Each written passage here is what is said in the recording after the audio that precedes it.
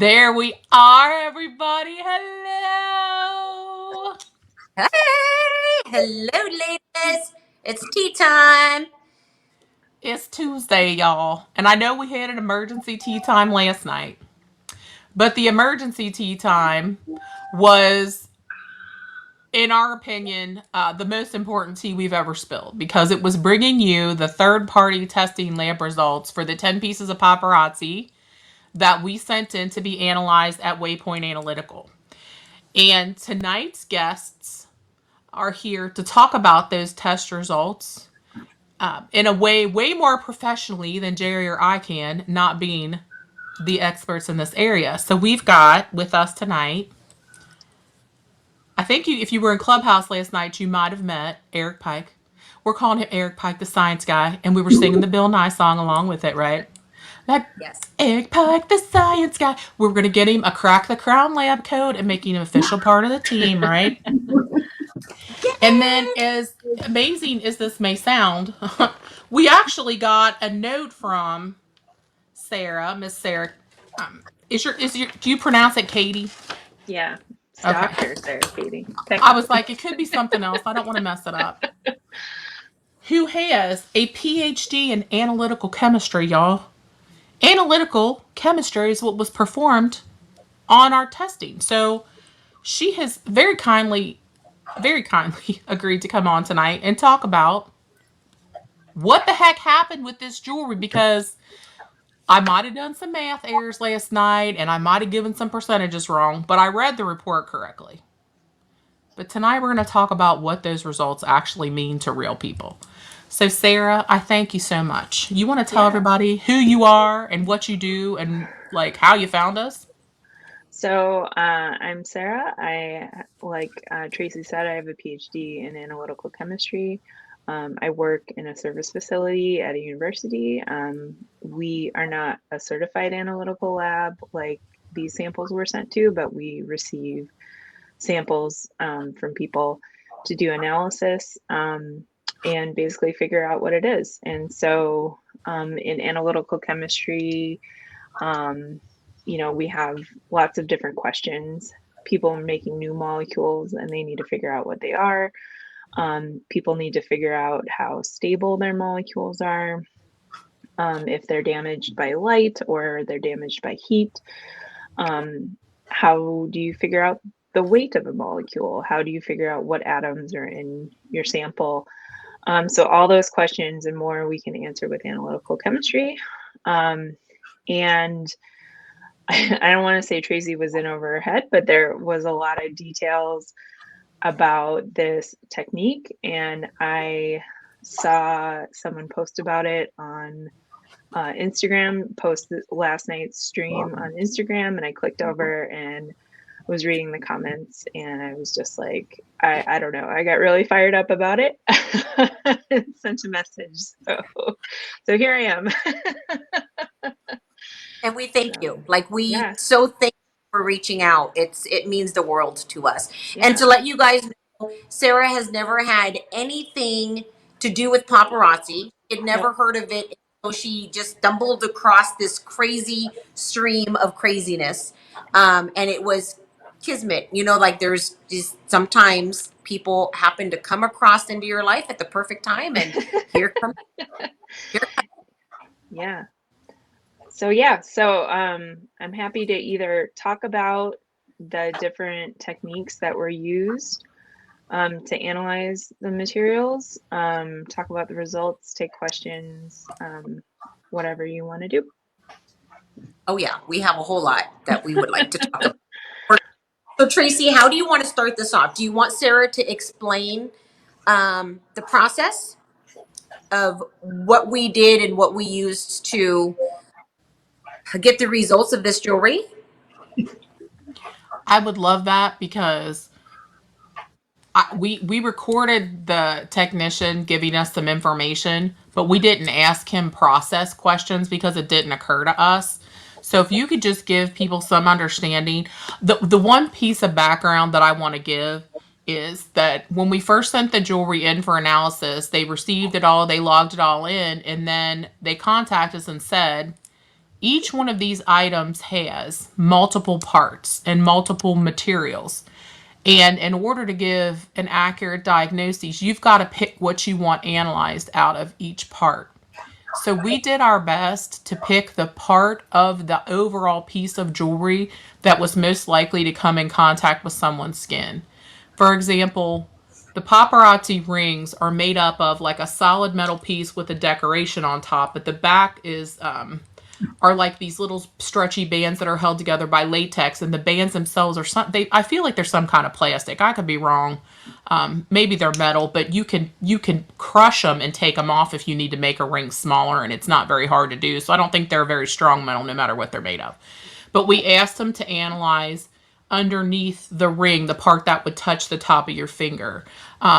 On the necklaces, we asked them to analyze the part that would lay against your skin from the back, not the front of the, like one of the necklaces is a long silver pendant with a blue stone on the front. We didn't ask them to analyze anything to do with the stone. We asked them to analyze the metal on the back of the pendant that would touch your skin. So we were very specific that each piece analyze each element of the piece that they could analyze would be something that would come in contact with your skin. So I do know that that we did get some questions about we got some comments about the way that the report was written up, that the people said metal around the fake beads, and somebody's like, no scientist would say that, and I'm like, well, why not? Can you maybe address something, just as part of this, that you looked over this report? Do you feel like this is a professionally compiled analysis? Yeah, I mean, you describing the process now that you just sent the jewelry and didn't describe, they got back to you. When I'm working with customers, like it's always a back and forth about what specific needs they had for analysis. And so it seems very obvious now they contacted you and you said the metal around the bead or whatever, and that's what they wrote in their note. And it's not like I don't know. I mean, and that was the most obvious way to describe it. I don't know why that is necessarily a red flag for people. I think it's kind of a nitpick, but yeah, like the report, I mean, very basic. I saw a couple other complaints, and I can get a little bit into that when I talk about the technique. Just that someone was like, they should have included the calibration curve, and including the calibration curve isn't by default something I include when I'm reporting data to people. Thank you. That's more, I don't know, that's more for my reference. Of course, I would give it to them if they have a question about something. But it's not something that is automatically included, because most of the time they don't care. If people work at a lab where it's automatically included, that's fine. There's nothing wrong with that, but there's also nothing wrong with not automatically including it. So okay. FYI, the calibrations are done daily, multiple times. Yeah. They're logged. They're kept in a book beside the machine. So that if anybody ever questions anything, you can come and point and say, this thing was well within limits as of 2 hours ago, So.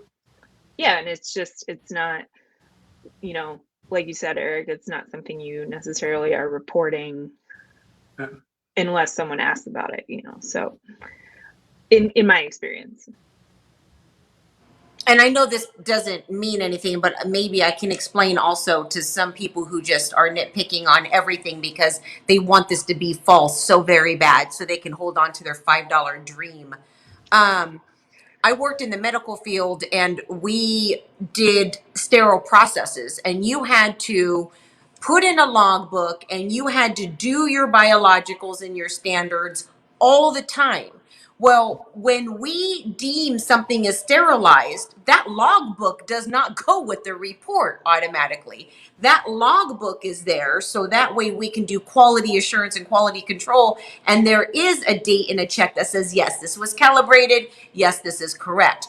That does not go with every single sterile piece of equipment for surgeries and procedures. It's the same concept, people. It's the same concept.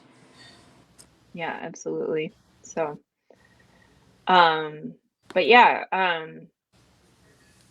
do you want me to describe the technique a little bit, or how this data? Yeah, because was... I don't think everybody I mean, it's described in the report, but it's not described in a way most people are probably going to understand. Do you want my slides? I love your slides. Yes.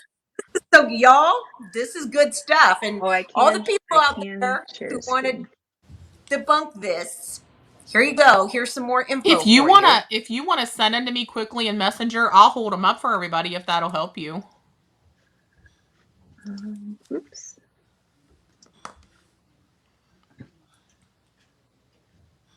Let me see. I'll just hold them up on my iPad. You could put. I wish you had a laser pointer. It would be very efficient. You know, that's Caroline's most favorite thing ever. When we show them up, I don't know why. It's receipts. It's her favorite thing.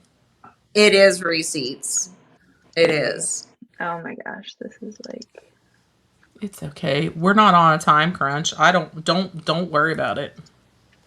After the tea time, we're going to be doing Clubhouse after party as well. There is some other things we will be discussing that we're leaving off of the show today, but I am pretty fired up about. So if you want some feisty time, that's going to happen probably in Clubhouse tonight, because I got to get it off my chest. It's feisty time. And I don't want to scare off our scientists. Should rehearse this part. You do not have there. Why? Nobody's grading anything here. Well, Devin, while she's pulling that up, I saw a couple. Is Eric and Sarah part of y'all's group? No. Intros. Somebody asked, "What am I?" I'm not gonna. I don't have near the qualifications that Sarah does, but I came in last night on the. I forget the name of it. The Clubhouse, after the tea time.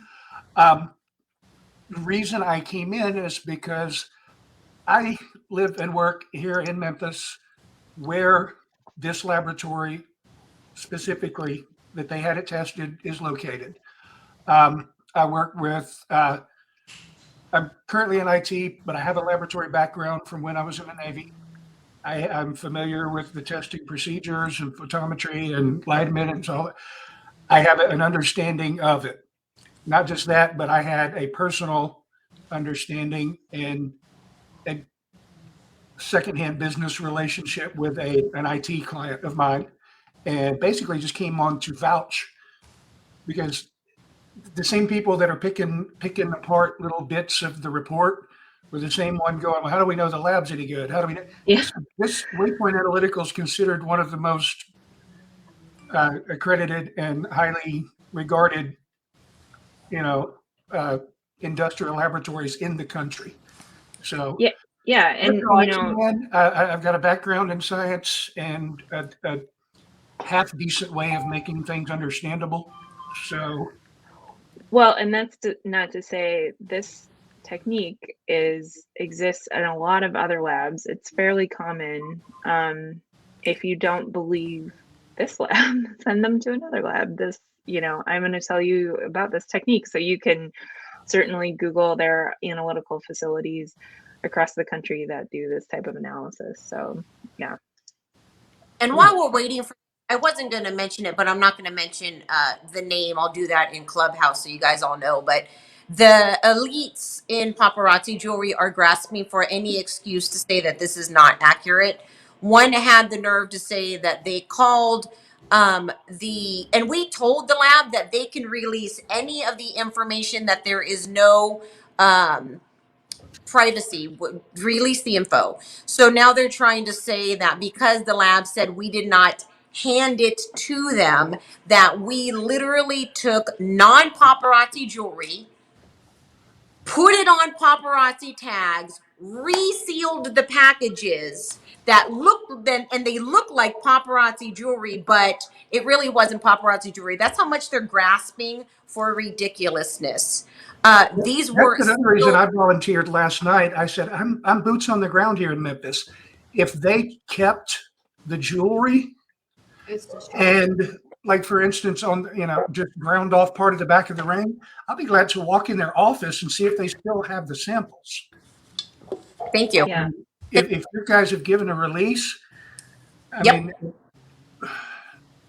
We did Well, today because you're we already got causing so many speculation. messages.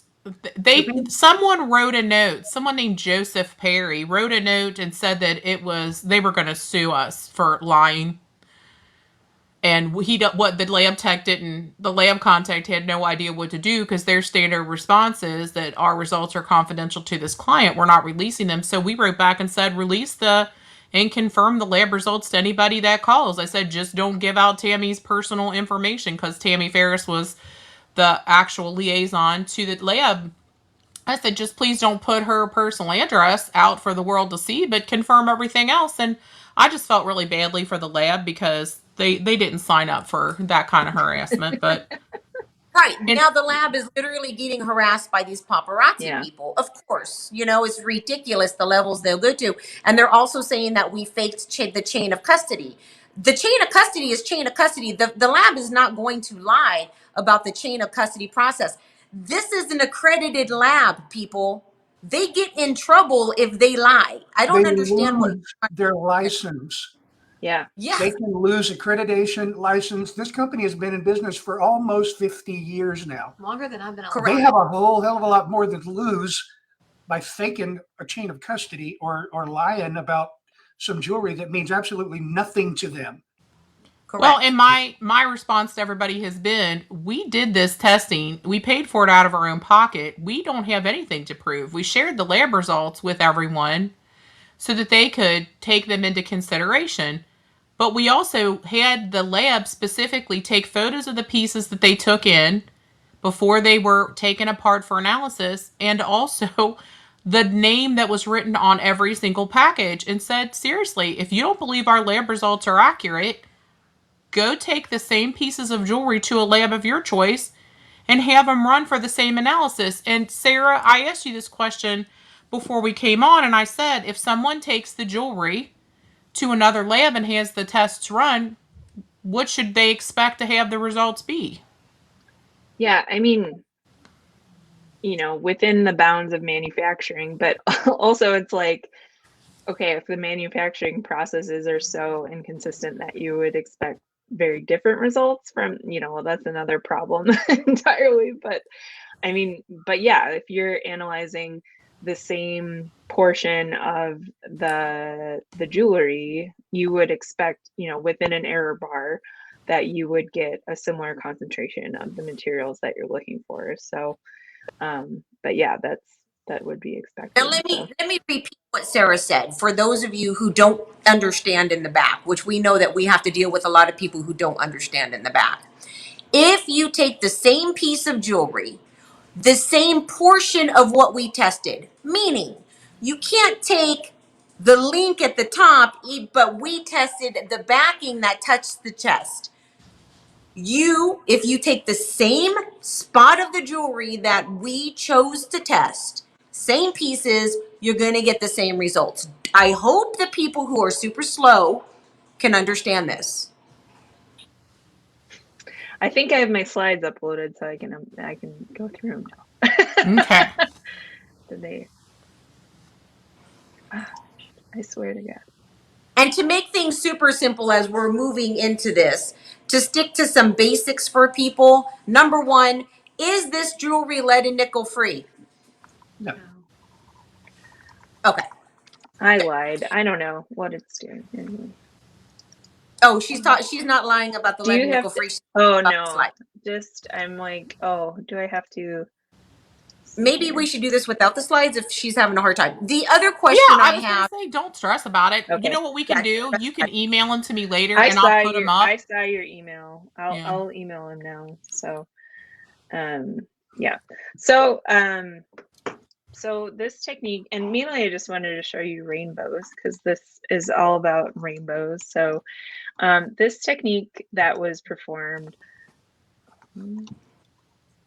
is called inductively coupled plasma optical emission spectroscopy, which is quite a mouthful. It is. I wonder what all those letters stood for. So I just want to walk everybody through what it means and how the samples are analyzed. And so backing up a little bit, what is spectroscopy? I know you weren't expecting a physics lesson, but here we are. Oh, and my disclaimer is these are my own opinions. These are not the opinions of my employer. I have no affiliation. I'm not being paid to be here. I'm not being compensated in any way. And I'm not affiliated with this company, and they have never done me wrong. I'm just here to talk about the results and help interpret them for non-scientists. So, okay. So what is spectroscopy? So we're used to visible light. That is what we see on a normal, with our eyes. You're probably also familiar with ultraviolet light. That's what gives you a suntan or a sunburn. Oh, Tracy's got my slide. I got it too bright. I think I can, yeah. Ooh, very, very fancy over here. And so you're probably also familiar with X-rays. And X-rays are an even higher energy light than ultraviolet light. And then gamma rays are the highest energy. On the other end, we have infrared light. If you've ever seen like the red light on that keeps your food hot until it comes out to your table, that's infrared light. Microwaves, obviously everyone's familiar with microwaves. And then radio frequency waves, which actually most of my research has to do with radio frequency waves and microwaves. But today we're going to be talking about visible light for the most part. So next slide. So, ooh, this is a cool one. Yeah. So this graphic is from an artist scientist called Compound Interest, and he does really great explainers of science in very visual ways, and I love it. So we've all seen fireworks.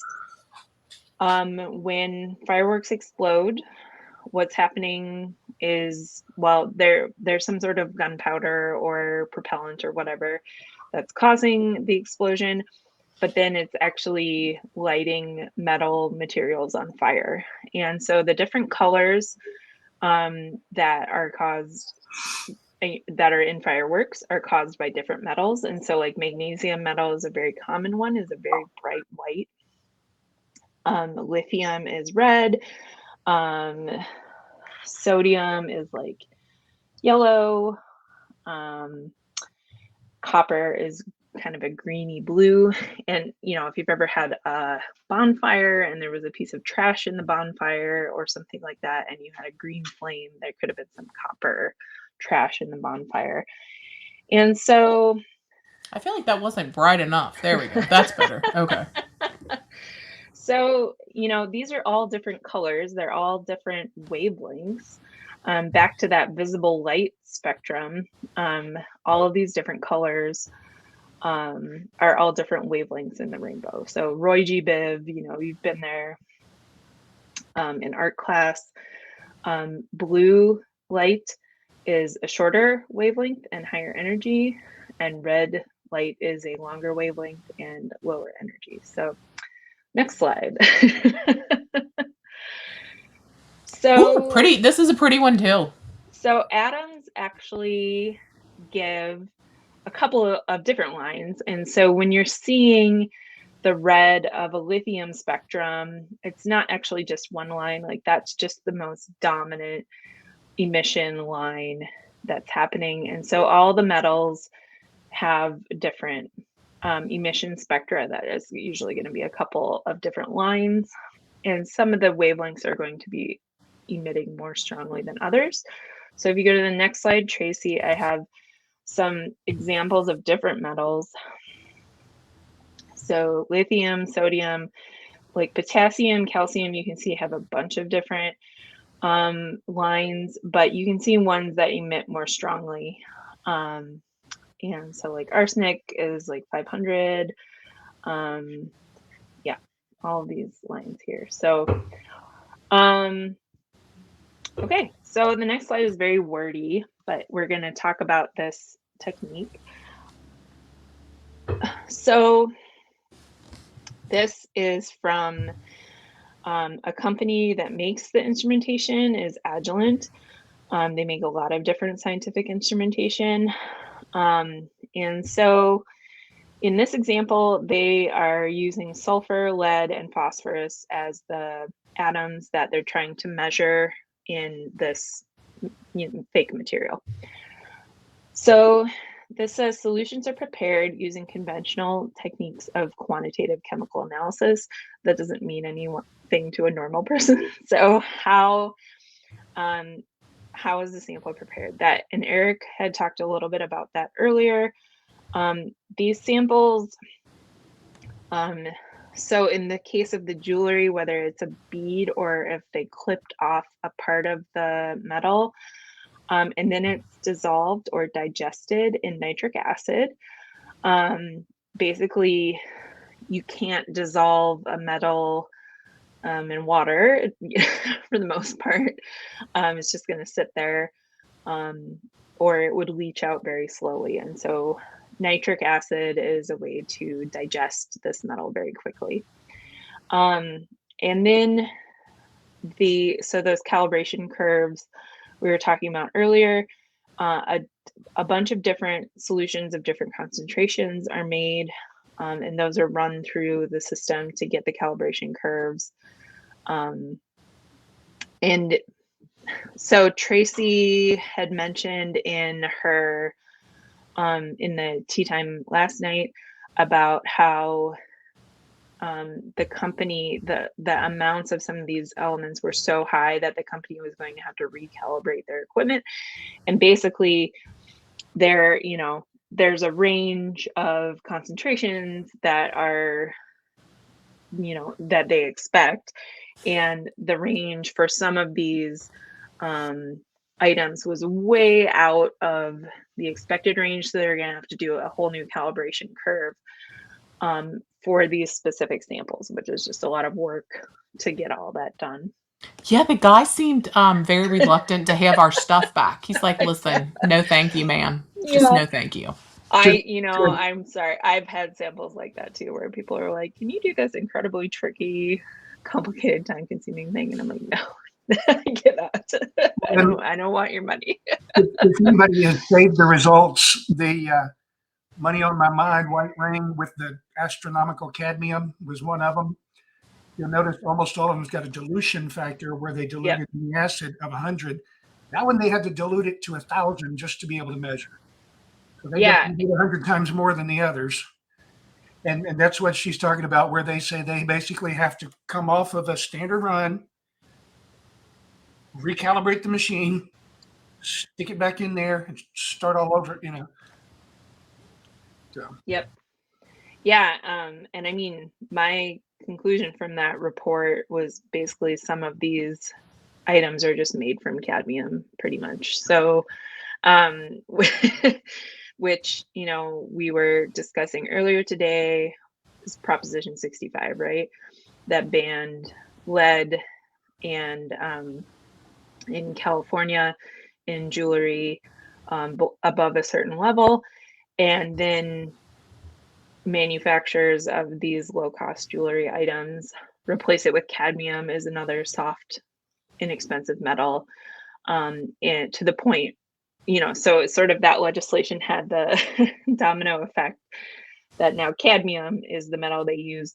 And so now the law in California is the cadmium can't be used in children's jewelry because of ingestion risk, but it can still be used in adult jewelry.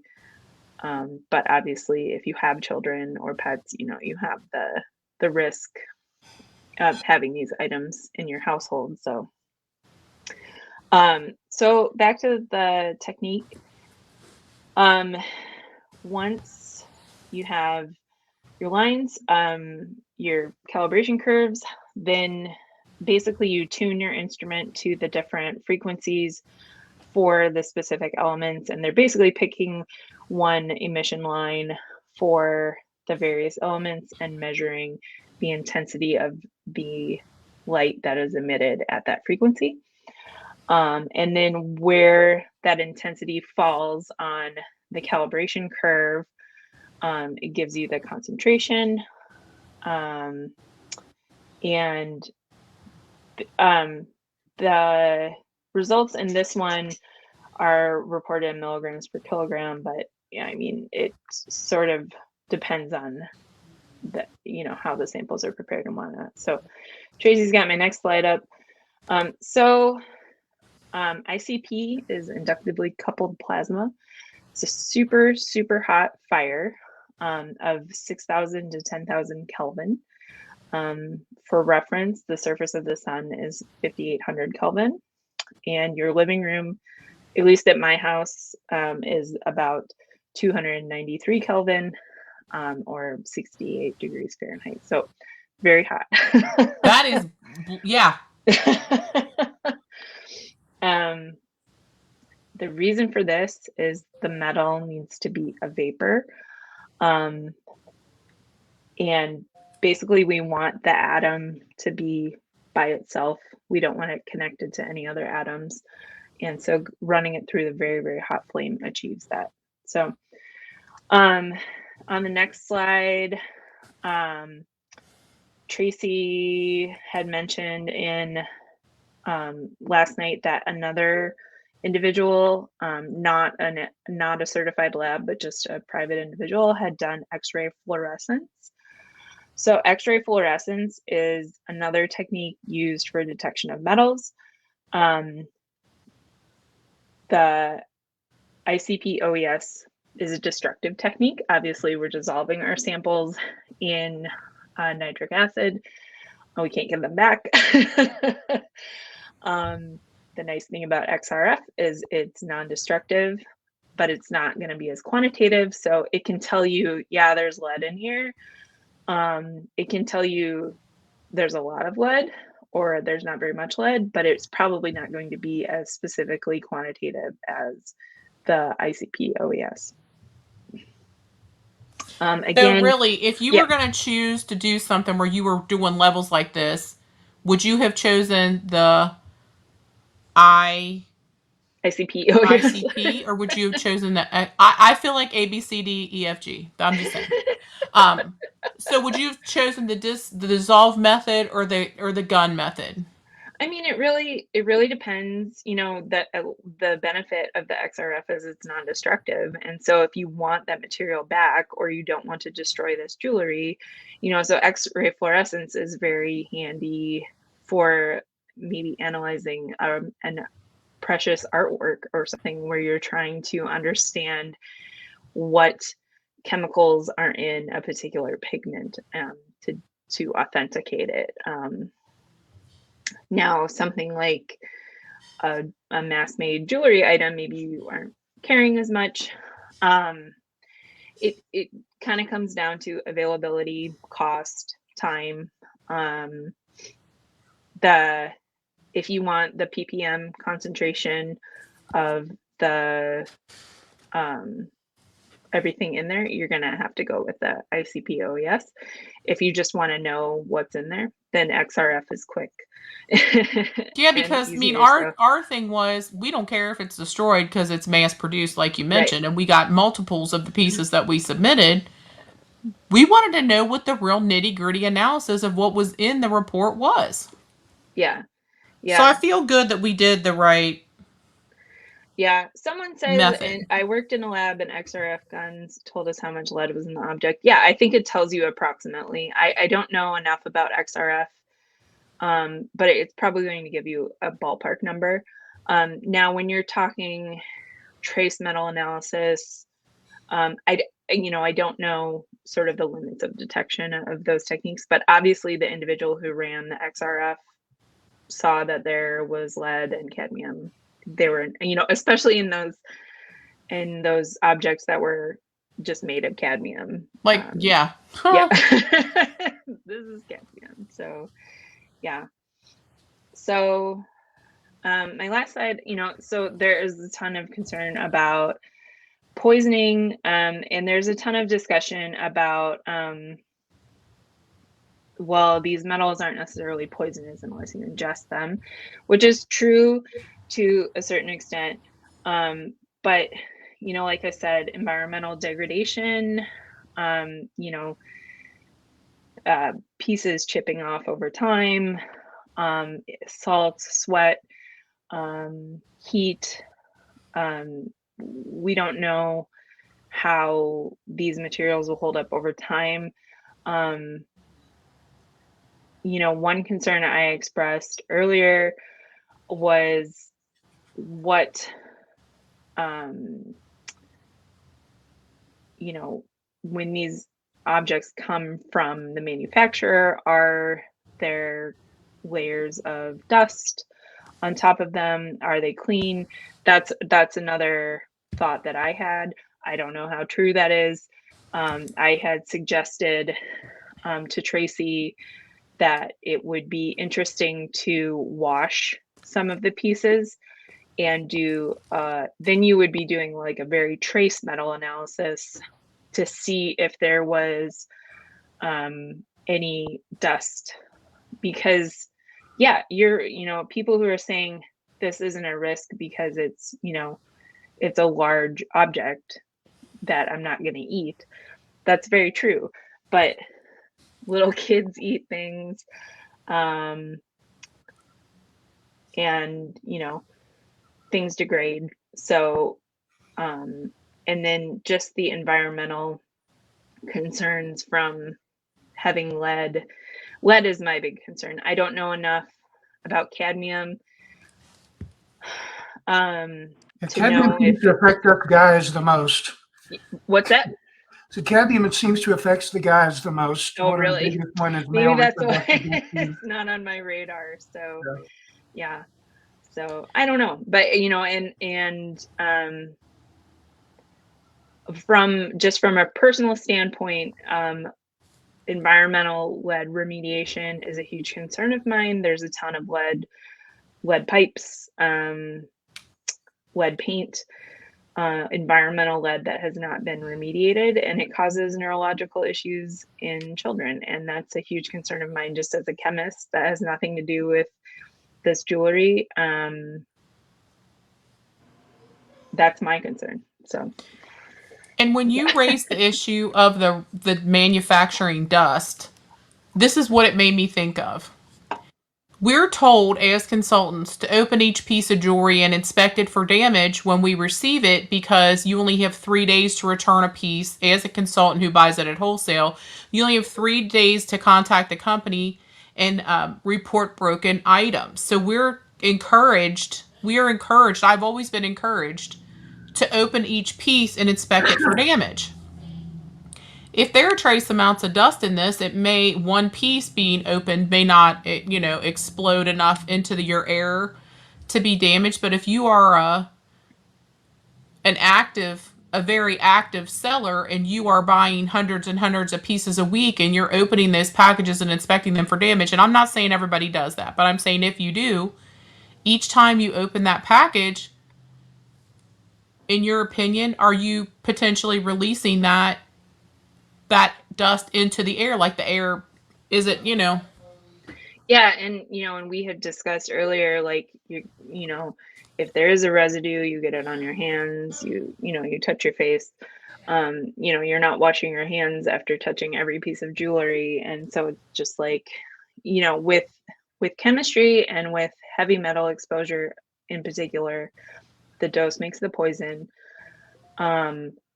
Would wearing this jewelry occasionally, I don't think you're going to be affected. But this is, nobody sue me. It's a huge question mark in my mind whether handling it day in and day out, if we know there's lead in there, what are the long-term effects of that? That's one of the points I raised last night for those that weren't in the clubhouse was, some people were terrified that they'd sold a few pieces and caused some people some health issues. And I'm like, look, if you've worn this just on a few rare occasions and it's not a big deal, do not blame yourself for, causing someone's illness. No. But especially the consultants who are dealing with it by the hundreds of pieces, hours per day, usually. Open them, like you said, open them to check to make sure it's good. You put it back in the package, you do your live sale, you open it again. You're wearing it when you show, you're touching it to show, and you're dealing with this stuff in and out for hours every day. Like in Heather's case, for right at 4 years. That's the kind of exposure that causes heavy metal buildup and some of these issues. Again, if you wear a necklace for a few hours to go out to the club, you're fine. But these people who have dealt with thousands and thousands of pieces over years and years and years, go get a talk screen.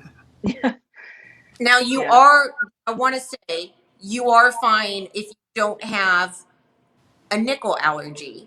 With the instances of these pieces containing high levels of nickel, such as Caroline and other people who are allergic to nickel, and we have pictures where we have immense rashes, bleeding.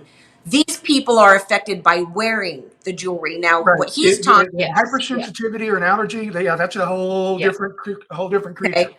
I want to be specific about that. The other thing I want to point out, and for the people here that are paparazzi consultants or were, I'm not now. Good Lord. I would handle this jewelry hours and hours and hours, and my hands would be black with dust, not from the packages, from the actual pieces I was touching. And they would turn colors, not leather. These are the metal pieces.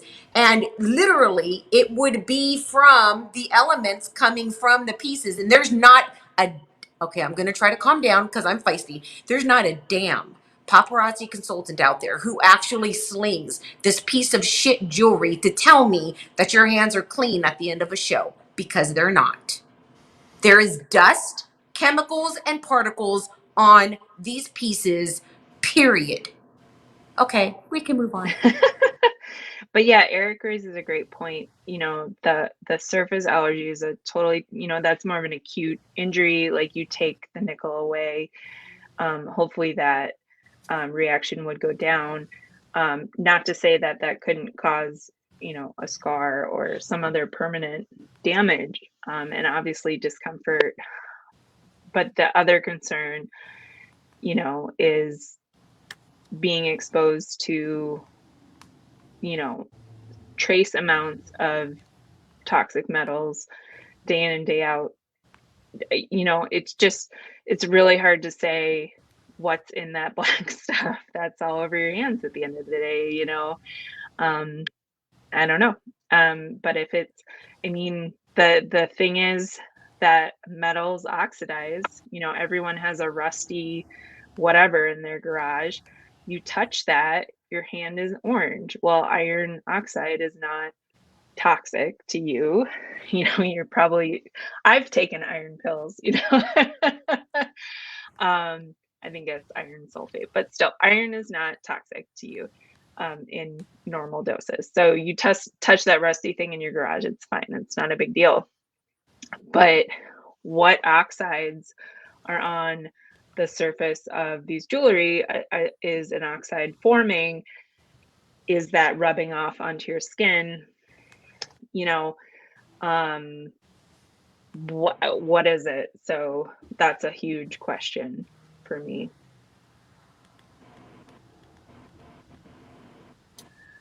As I just was, now I see why you say don't read the comments. It is a spiraling pit of hell if you read those comments, Eric.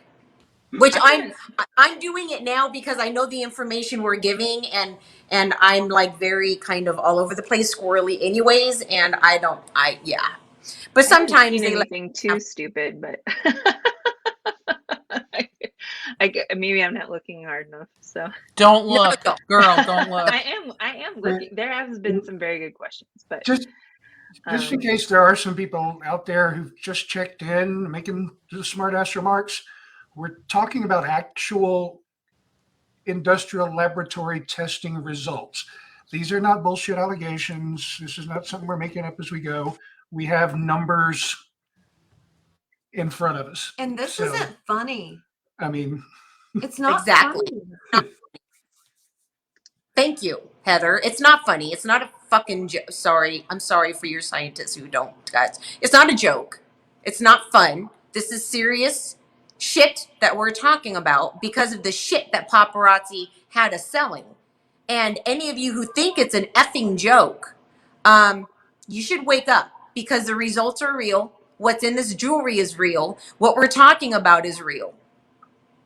So there's been a couple of questions in the chat that I'm reading about the smell being terrible. And so, I mean, there have been a couple news stories recently about benzene contamination, and there are, so as a chemist, I have to say a little spiel about chemphobia. I think it's important to understand, yeah, like a lot of things are toxic, a lot of things are really bad for you, but the dose makes the poison, the repeated exposure makes the poison. If you get a splash of, I work with chloroform regularly. If I get even I know what that is. Pretty small amounts. If just a little of it spills on my hand, I wash my hand. It's like, it's not a big deal, but I'm not handling like industrial volumes of it every day. So, the question as to what is the smell, what is the powder? Someone said it looks like a pencil factory in their office after they were done unwrapping pieces. Like, to me, that raises other questions about organic industrial contaminants that are used probably in the manufacture of the plastics or in the curing of the leather products or to coat the metals to slow down any degradation or oxidation or anything like that. And so, just a ton of question marks about what is on this stuff when it comes from the factory. I don't know. Someone asked how much is an exposure danger for cadmium. Cadmium isn't going to get absorbed through the skin. So the main concern is if it's flaking off or if you have a child or a pet that eats it. But even then, it's probably a pretty big bead or something. So not a huge concern, but I don't know. So I have been actually reading a lot about cadmium because it's a big deal now with how high the levels are in the pieces.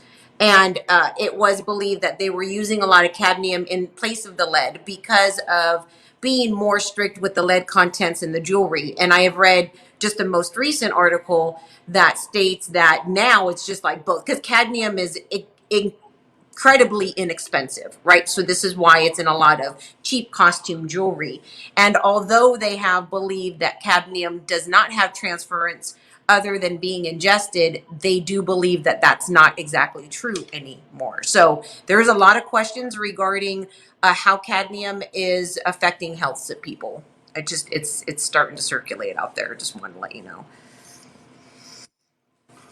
Yeah, a couple of people are asking like what is the allowable amount of lead, and again, like California has the strictest guidelines on what is allowable in jewelry or garments.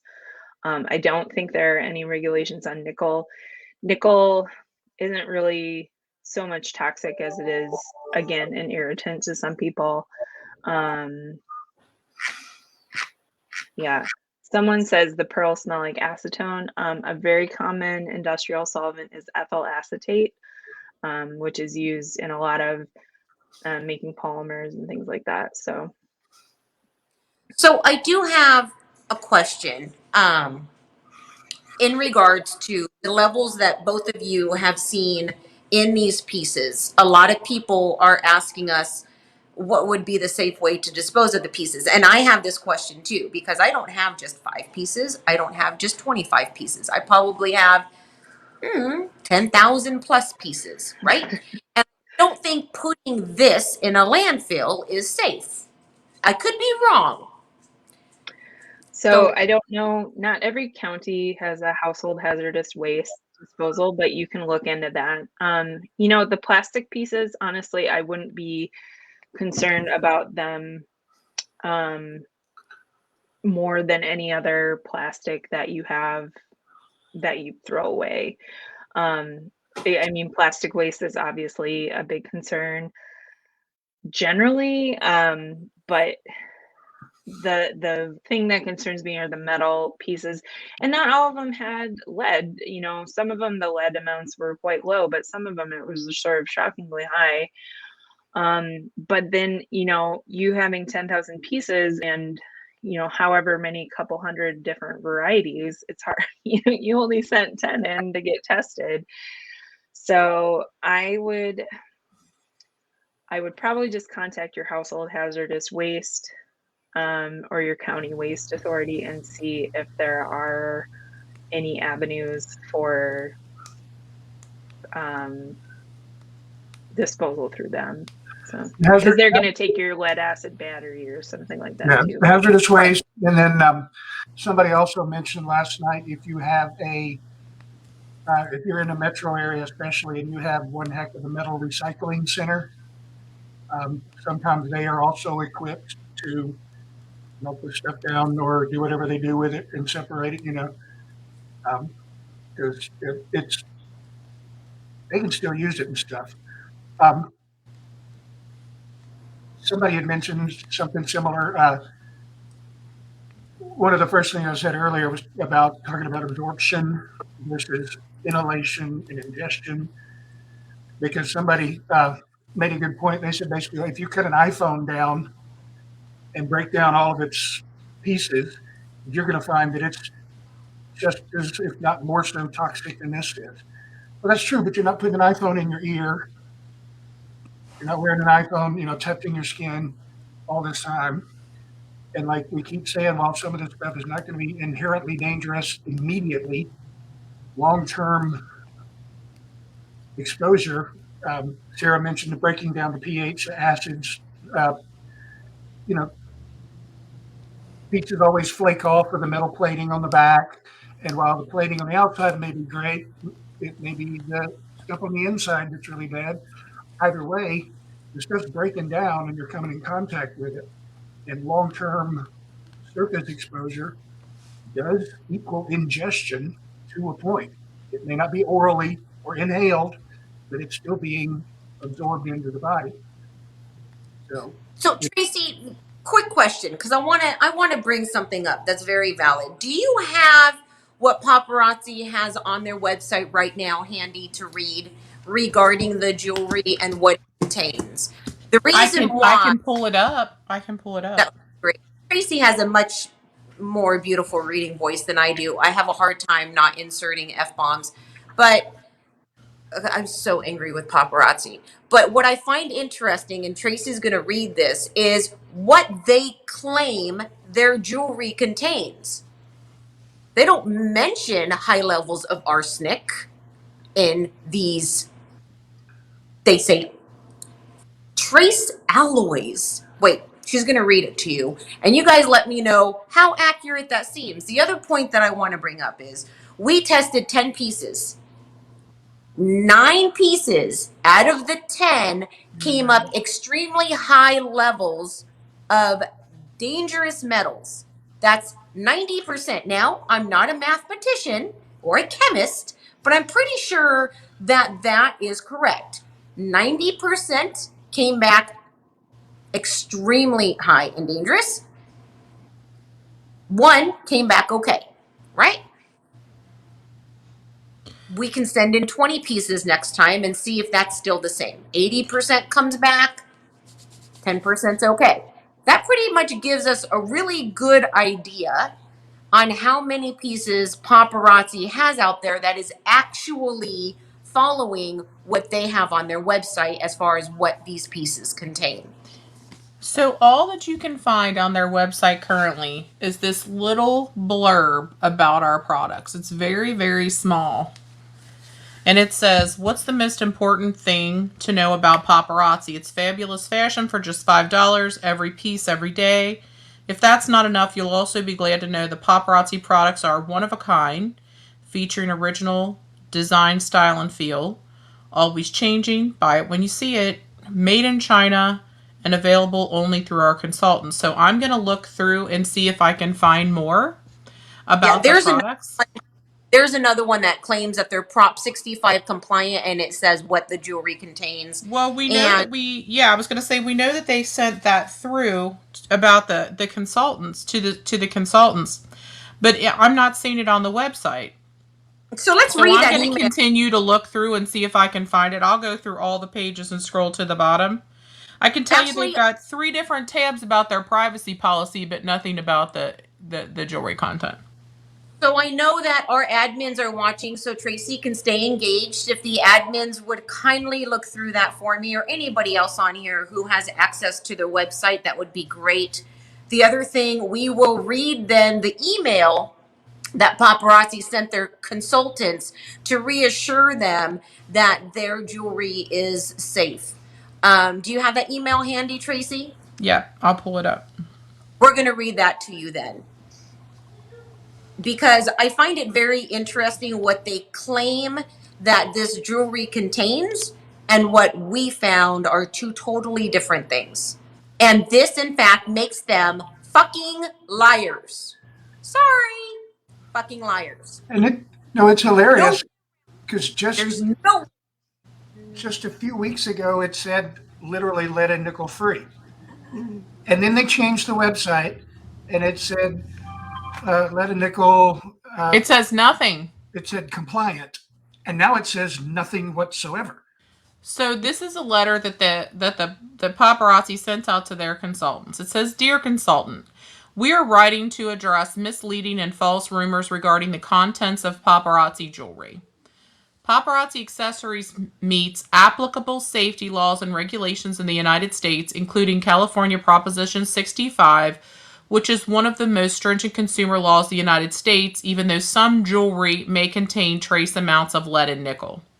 The metals found in Paparazzi jewelry pieces are primarily made of iron and include other trace minerals. Those trace minerals are made up of a metallic alloy of either zinc, steel, or aluminum. Before our jewelry is sold, Paparazzi tests its jewelry for chemicals of concern using labs that are accepted by the United States Consumer Product Safety Commission. Paparazzi is required to undergo testing for compliance with California's Proposition 65. This process includes testing for all heavy metals, including lead, nickel, and cadmium, as well as testing for phthalates. The testing process also ensures the requirements of the Federal Trade Commission's Green Guide are met." Sorry, go ahead. These guidelines provide businesses with general principles that apply to all environmental marketing claims, among other things.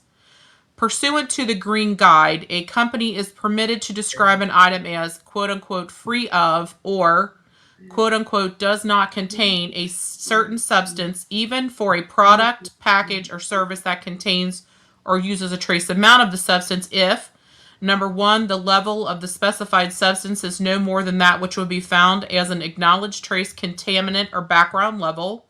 Number 2, the substance's presence does not cause material harm that consumers typically associate with that substance. And 3, the substance has not been added intentionally to the product.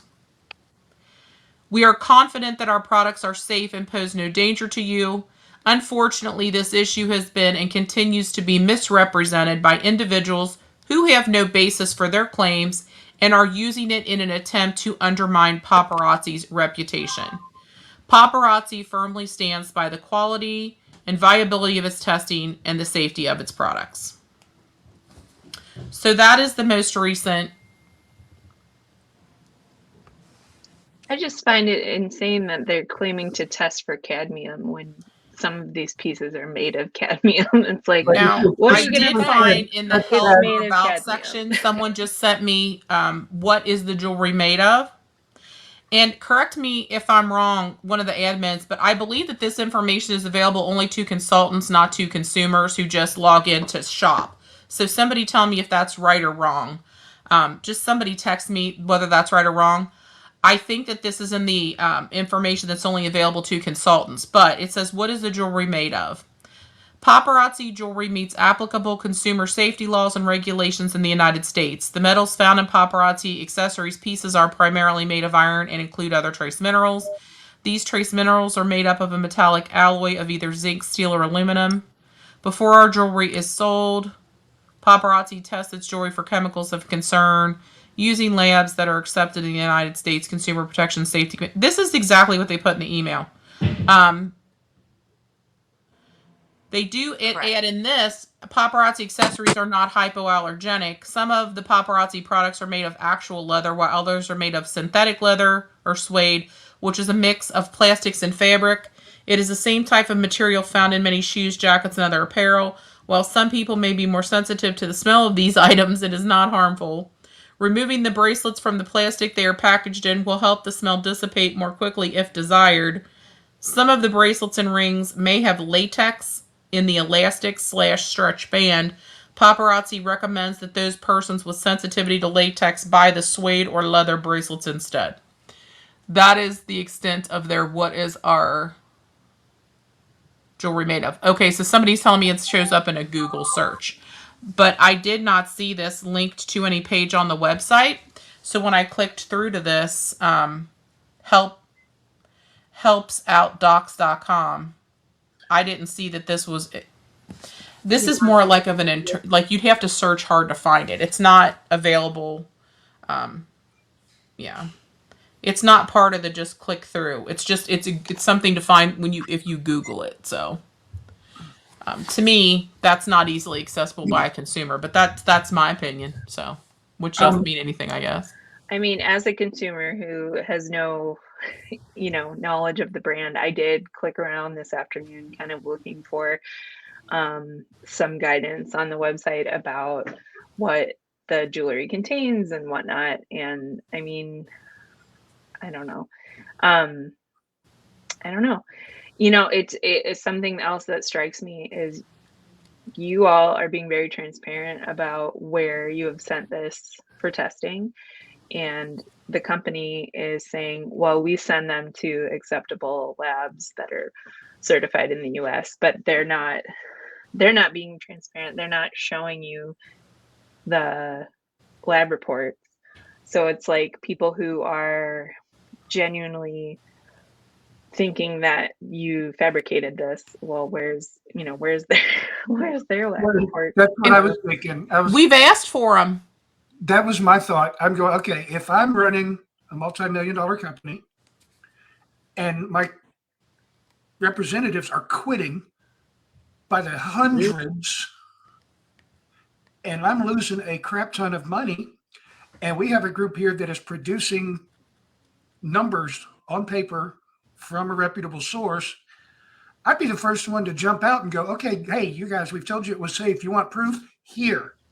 Here's our last testing. Here's where it was done. Here are the exact numbers. I mean, geez. Agreed. So, Sarah, thank you for bringing that up. And not just former consultants have asked for this information. The elites that are lining their pockets and trying to persuade their teams to stay on board and still purchase it say, trust us, it's all good. But they're flailing and begging the company for some type of response and proof that they do test this jewelry. Nothing has been shown. Nothing. All it says is, trust us. We do this. We have to in order to sell it in the United States. That's all they say. And they can stop all of this. Tracy and I have been on their ass for 4 months. They can stop all of this by showing us their reports. Tell me why they haven't produced anything. Is it top secret? Are you paparazzi? Are you trying to put together your own lab and write something up so that way it looks official?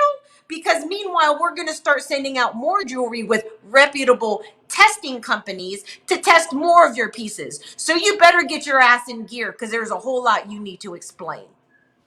One thing I found in digging and studying today, the really hot topics right now, especially when you keep mentioning Prop 65. Prop 65 mainly, I mean, it mainly specifies children's jewelry. I know you guys just put out a crap ton of money on your own, but my honest suggestion, and there's a two-part. Number one, mercury. That is a very, very hot topic right now. And number two, get some of the Twilight Sparkle children's jewelry into that laboratory for the same types of testing. Add mercury and get some of that in there, because if you throw children in front of it, attorneys and EPA and activist groups and pissed off grandmas are going to be showing up at their door with torches and pitchforks. I agree.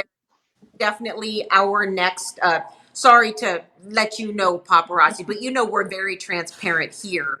Our next group of testing is going to include Starlit Shimmer, and it is going to include mercury in the testing as well. Yeah, to Eric's point, a ton of people have been asking about the children's jewelry, and that was the Prop 65. Like they were really the harshest guidelines were for that. But to the mercury point, I mean, mercury is one of the heavy metals that can go through your skin. Some of the other ones, it's like, who knows? The concern is more over time as it oxidizes, you get it in your face or inhale it or whatever. But mercury, I mean, that's a huge one. And another environmental contamination that when these pieces are ultimately disposed of, like, it's a huge hazard for your community if it's going to a landfill or something. So there's been an interesting commentary going on, not only in the questions, but in our groups as well. And one of those discussions is Starlit Shimmer is clearly geared toward small children. There are even marketing materials that Paparazzi sends to new consultants featuring a woman holding a small child on her lap and talking about the value of Starlit Shimmer. The problem is the warnings all say for age 14 and up, because the standards are different for adult jewelry than they are for children's jewelry, but the jewelry is obviously for very tiny hands and very immature humans, but they're covering their own liability by saying all this jewelry is for ages 14 and up. So to me, if you're making obvious marketing, you know what? I'm going to find this, because I know that one of the admins that's helping did this. I think it was Amanda Mead who put this in a chat for receipts, not that for receipts to show us that there is something from the new consultant training, the newest consultant training materials that is showing a woman with a small child on her lap and talking about Starlit Shimmer. But if you look at I'm not crazy, right, girls? I'm not crazy. No. And furthermore, they started releasing this whole making sure that people know it's 14 and up deal going on. Which if Sarah, and I know that Eric knows this, if you saw the Starlit Shimmer pieces, their bracelets don't fit on my hand. I mean, it is literally for children under 14 years of age.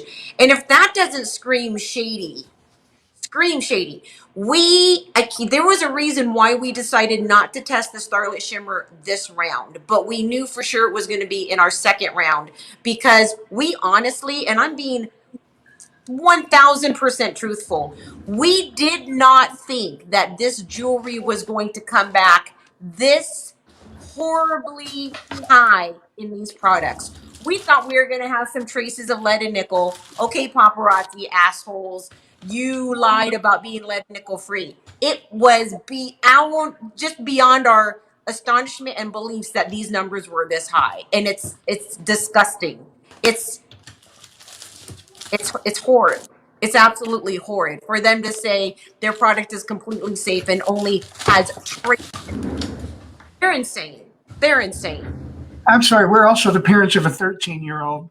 She's taller than Heather, and she wouldn't have been able to wear any of this probably for 3 years now. I mean, Correct. You'd be Kids' lucky if you pieces. get any of that stuff, especially the bracelets and like some of the rings and little. You wouldn't be able to get that stuff on a child older than 10 or 11. I Someone, used to wear Starlit Shimmer rings Here it right is. here on Somebody did find it. I knew they'd find it. Do you see this person clearly holding a very small child? But then it's the Starlit Shimmer jewelry description, and it says, intended for the youngest party goers, the Starlit Shimmer collection is made up of bracelets, rings, and earrings intended to be sold for $1 each. Suggested retail price, and hair accessories to be sold at $5 each. By keeping the Starlit Shimmer collection on hand during your parties, you can offer your guests an inexpensive reward for their little ones. But it says the jewelry's for age 14 and up. So to me, their marketing materials seem to conflict with their cover your ass language of the age that is appropriate and suggested for the items. Am I wrong here? That's all it is legalese cover your ass. That statement in particular is. But I don't feel like that's anything with integrity. Here's a bigger photo. This is the photo up. This is the bigger photo, and that was just modified to show the picture. That child is not 14 years old. That is not a 14. That is not an older than 14-year-old child with Starlit Shimmer as the targeted receptor of that. I'm sorry, that's like putting a topless magazine rack in the toy section and saying ages 21 and up. just a couple questions in the chat. Someone had concerned they took their paparazzi pieces out of their jewelry box and they were concerned about contamination of the surrounding pieces that weren't. I wouldn't worry about that. And then someone asked about the arsenic results, which I was going to go back and look at. So I had mentioned earlier this afternoon to everyone that I've been reading a book actually about Agatha Christie poisonings. And she talks a lot about arsenic. So the truth of the matter is that arsenic is sort of everywhere environmentally. And it can also be used in pigments and paint and whatnot. So, you know, flipping through the arsenic results, like one piece was even above the limits of detection. What was the one? Was the colorfully cosmic. So I, you know, personally from my standpoint, I don't think it's a huge, in the bow before the queen, that is not one that I'm hugely concerned about unless, you know, and I don't know enough about these pieces to know if the arsenic is in a pigment, like if it's in a paint or something like that, where it could flake off. That would be more concerning to me than if it's like in a pigment that's like integrated into a bead or something. So where in it? If you tell me which piece, I will tell you what we said on that piece to be tested because it did vary. Like, I'm a little concerned because some people, for example, and this is just me talking. We haven't had this actually tested, but someone that had that XRF gun tested a pair of pink wooden earrings. And the lead number, for example, was off the charts. And the first thing I thought of was, well, wood is an organic substance, but that paint must be full of lead, right? That's full of lead paint. And I wondered about the arsenic from that point of view in that product. Was the arsenic, you know, because we only, for example, if it was a bracelet, we had to make a choice. So which one was the one that was high in arsenic? And I'll tell you which piece we had looked at. The Before the Queen. Bow Before the Queen white necklace? Yep. Okay. So that necklace is made up of a chain, then a bunch of different separate metallic links, gemstones set in metallic settings, and then fake We have one on the pearls. way. So we said that one piece that's going to lay against the skin, but is also laying against everything surrounding it, is the metal link in the middle. So on Bow Before the Queen, we asked for the chunky metal pieces between the curved bars. And if anybody's seen the necklace, they're just chunky silver metallic links, but they lay next to different pieces. So we thought, well, if there's anything on it, it lays against your skin, but also is touching other parts. So maybe we'll be most likely to have, what it has in it. So it could be that the arsenic, oh, there it is. Okay. So what we had tested on that, Heather, if you can show her, was those little squiggly round spacers between the metal, those right there in the dead middle, those squiggly pieces. Because we figured the pearls touched them, and they touched the metal on either side, but they also touched your skin, so we were concerned. But if there's arsenic in it, is it possible it could be on the paint on the pearls? Because they're not real pearls. That's just painted jewelry, right? So, next time, should we have a different element of the same necklace tested?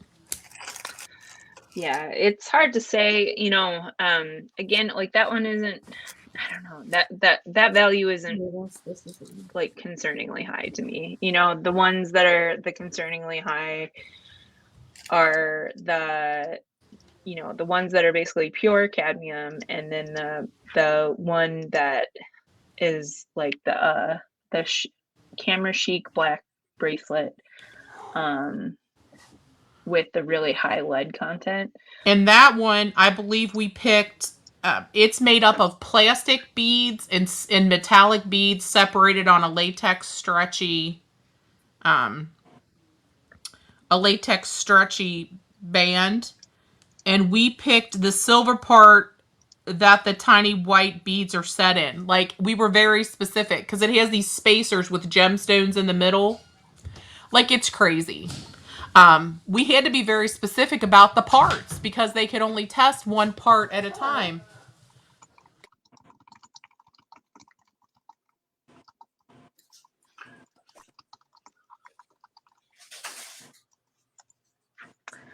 Tracy, do you know you? Oh, okay. Ask me again. Sorry, Caroline just popped in. Ask me again. Do I know my?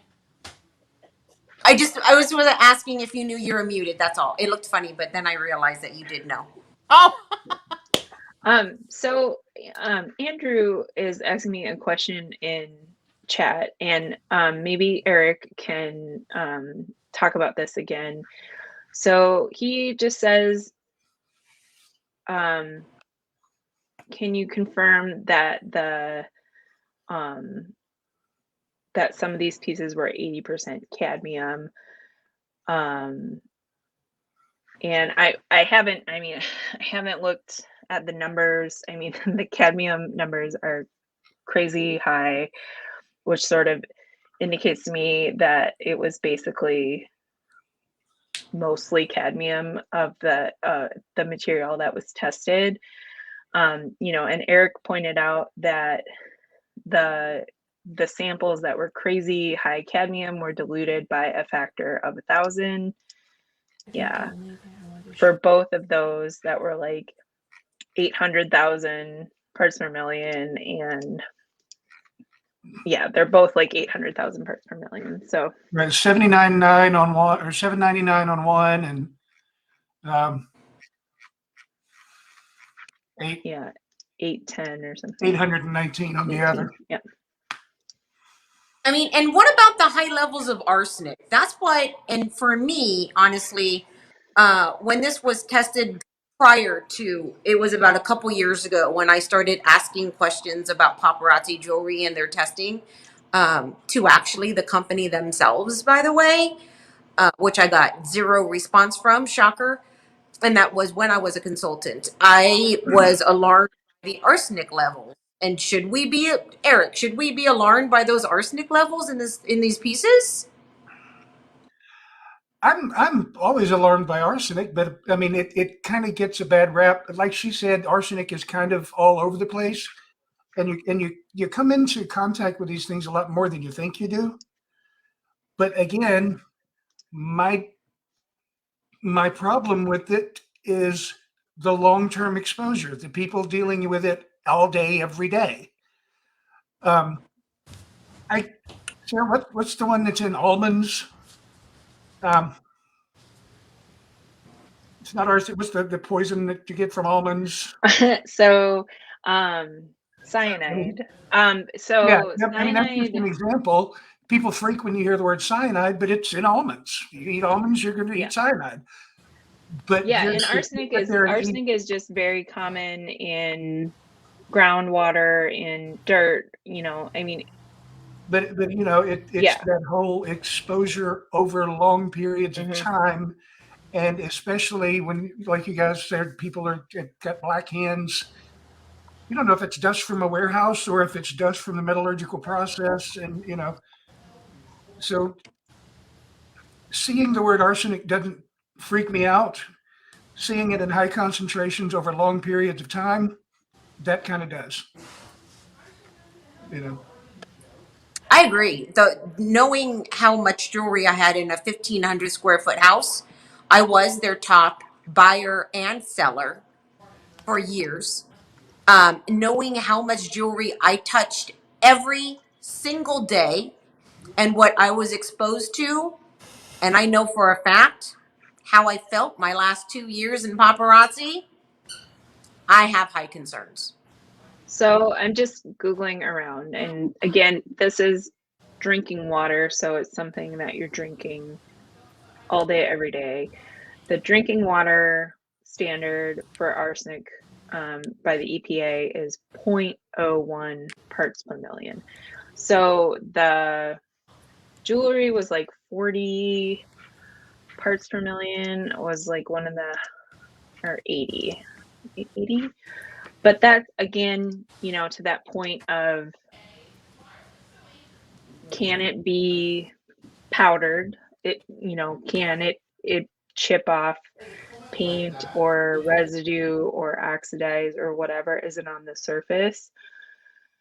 And here's where it gets like tricky in doing like that surface analysis or washing the jewelry and seeing if it's on the surface. Like if it's integrated into a plastic or a metal, it's probably not going to affect you. But if it's on the surface, if it can flake off, if it can powder, that's a concern. And then again, that exposure, if you're wearing a piece that has arsenic in it, it's like, okay, well, it's not going to affect you because maybe you're wearing it once a week or something.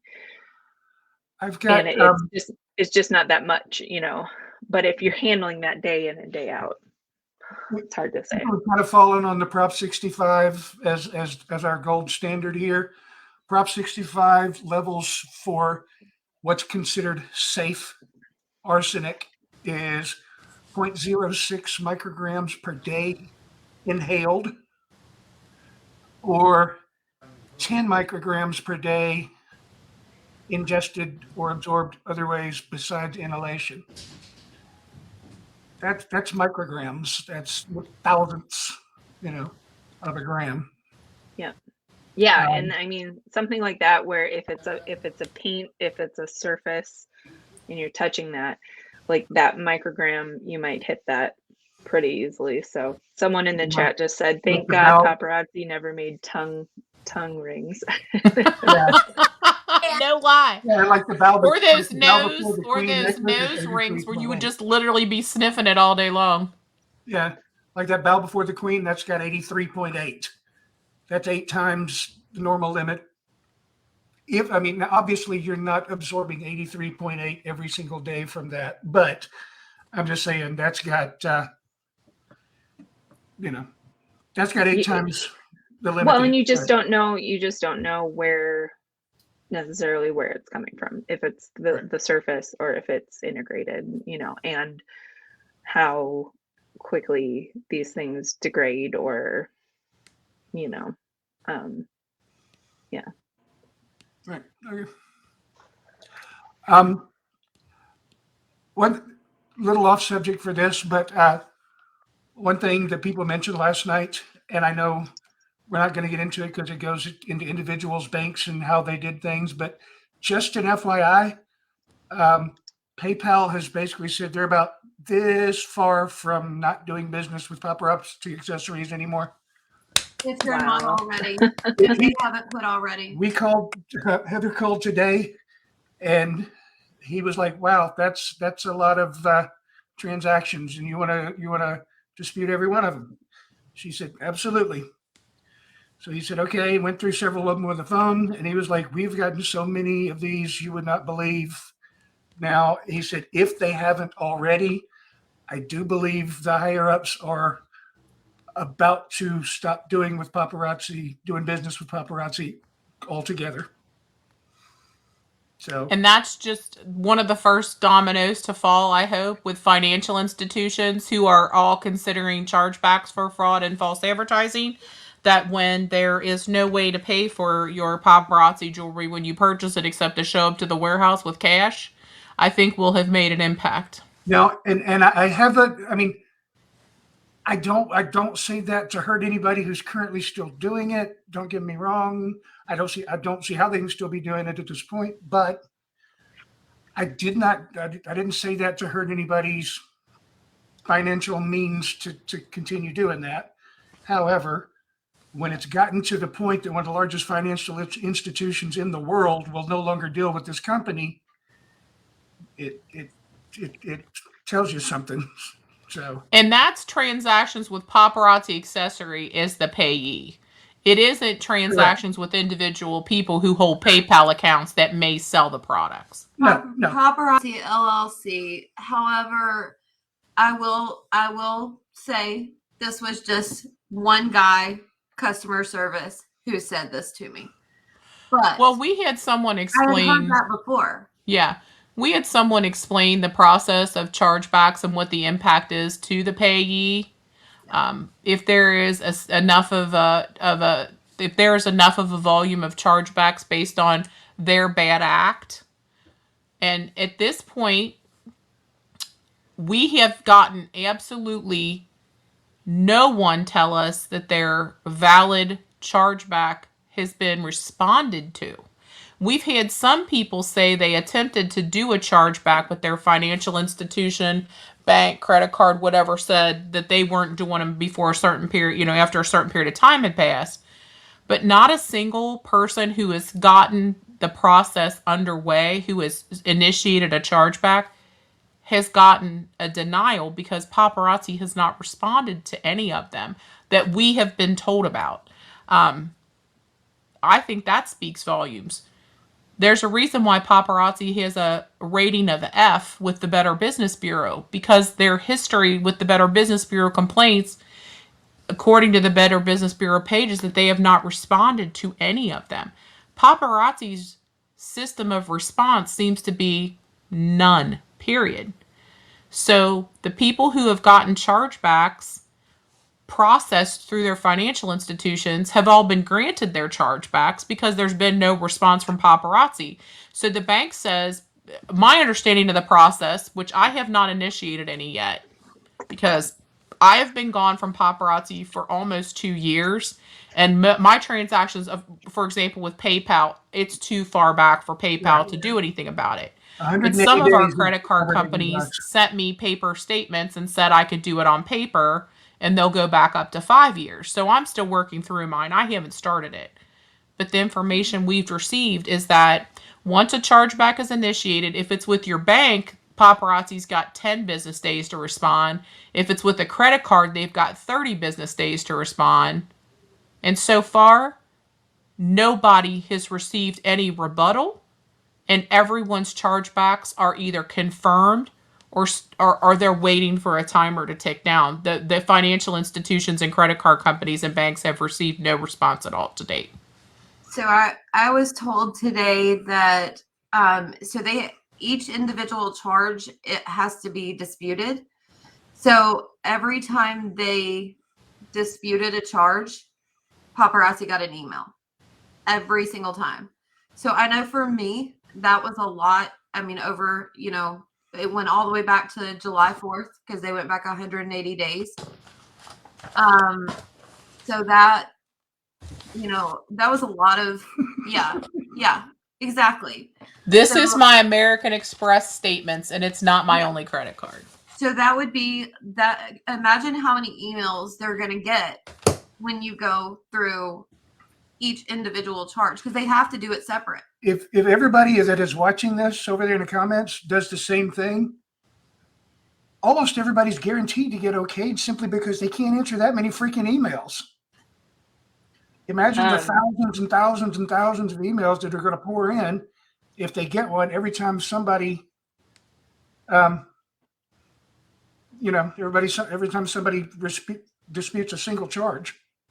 So I definitely don't want to turn this tea time into chargebacks, and let me tell you why. Number one, tea time is not responsible for your knowledge of chargebacks and or the process in which you do your chargebacks. Number two, do not hold tea time responsible for the verbiage you use for your chargebacks or the process you do for your chargebacks. Number three, it is not tea time's responsibility, aka Tracy or Geraldine or Eric, because now he's so versed on it, to answer your questions regarding your concerns with your chargebacks. Number four, it is not our responsibility to guarantee you get your money back from your chargebacks. All this homework needs to be done by you. The answers you get from your financial institution and credit cards will differ from the answers other people get from their different credit cards and financial institutions.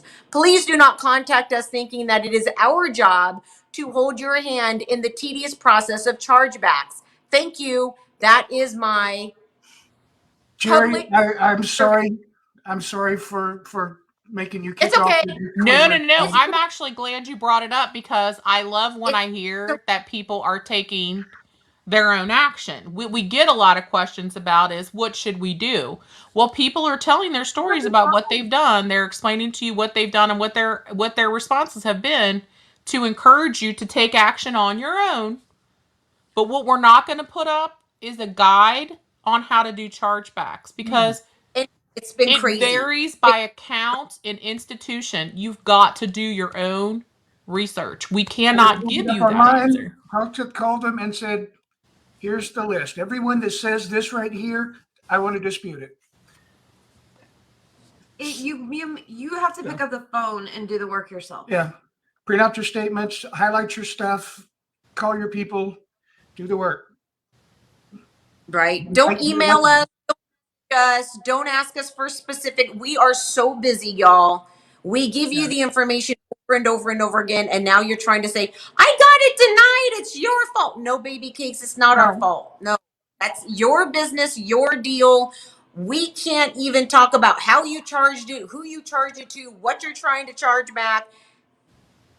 That's on you, hun. Please don't stop. Just stop reaching out to us based on your chargebacks. But we've given you plenty of information on how to get that started. I mean, one of the things we've given you is our lab test results so you can use them as your evidence. I believe we've done over and above what somebody should have asked us for. So please stop asking us to hold your hand and tie your shoe. Honestly, please. We've given you the biggest piece of evidence we could possibly provide. Biggest, most expensive piece of evidence. Thank you. At that. It's expensive. Know personally, because we wanted to have pieces tested. We couldn't afford it. That lab is expensive. And let me tell you guys, I put my money where my mouth is, and I paid for this testing. Yes, she did. I paid for this testing to get done. We will pay for round 2, and if I have to, I will pay for round 3.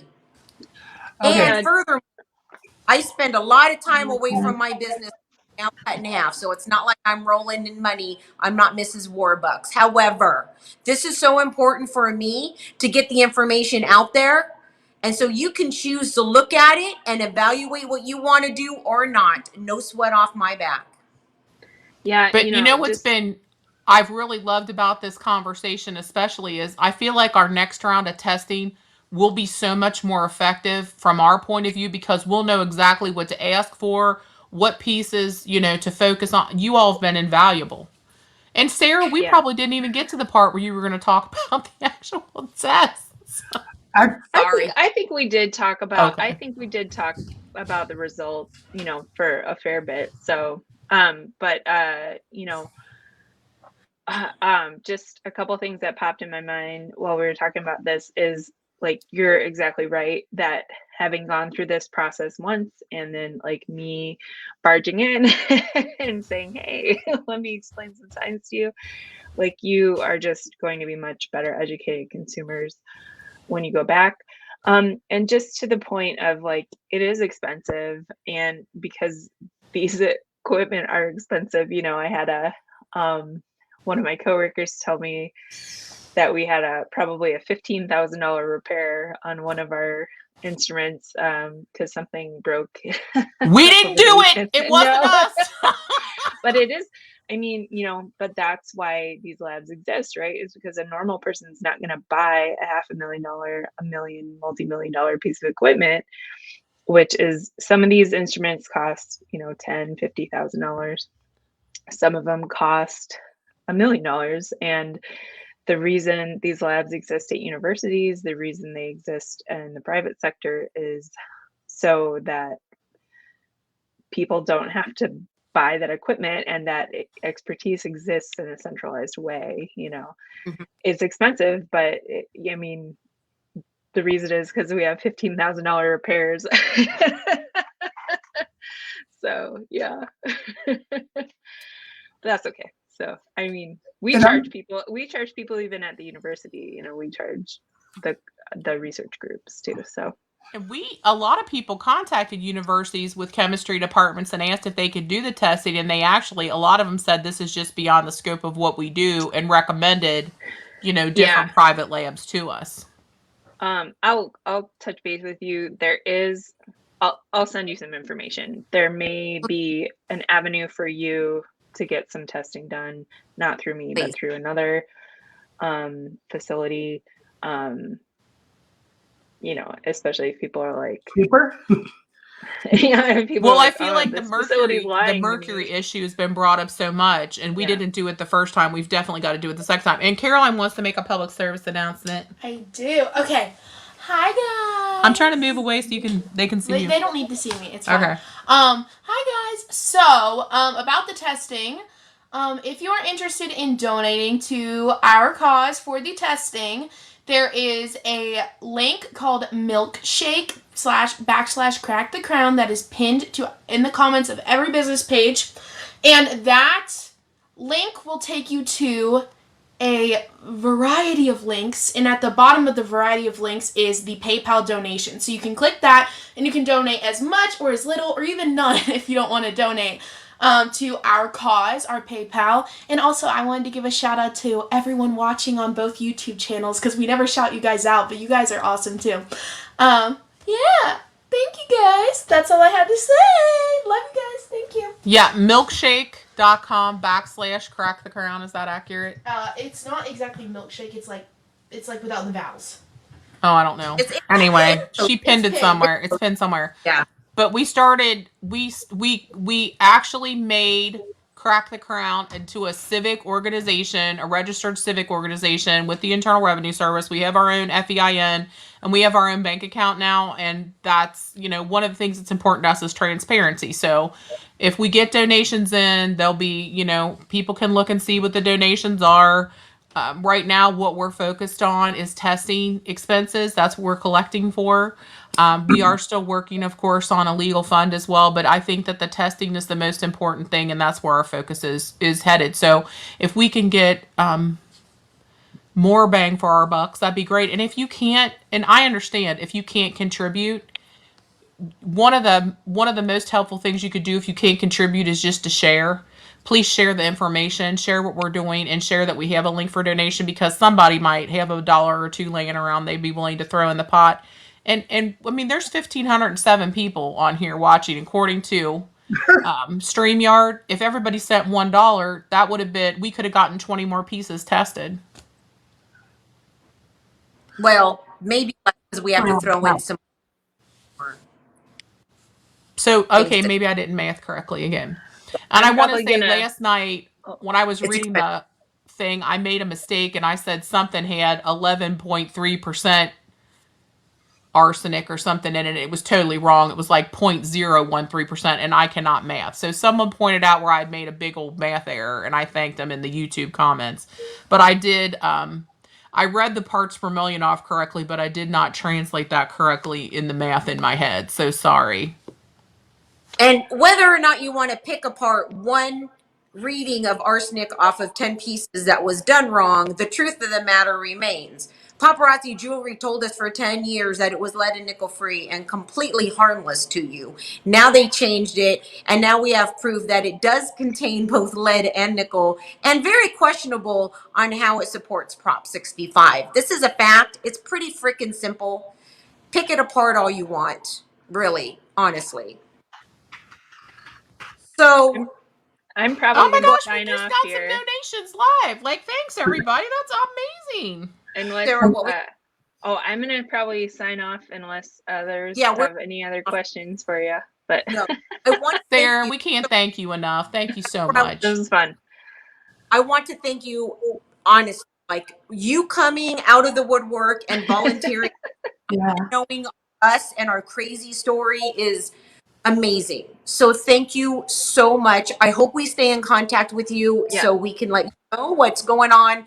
And again, I feel like you're adopted now. Like, you can't get rid of us. Sorry. Hey, Sarah.